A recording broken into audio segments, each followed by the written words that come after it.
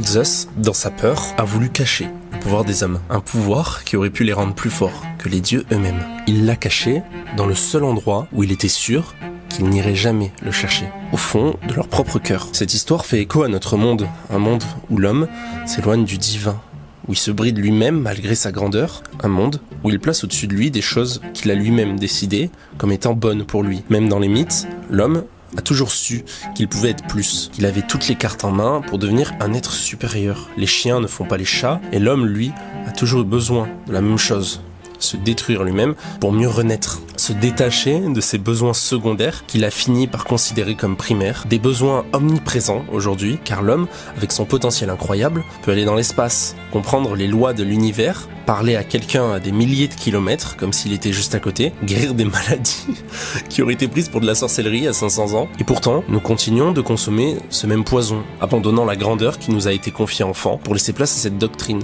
qu'on nous vend comme solution miracle. L'homme n'est pas fait pour rester ce qu'il est, il est fait pour se dépasser. En gros, on ne nous vole pas notre potentiel, c'est nous-mêmes qui l'abandonnons.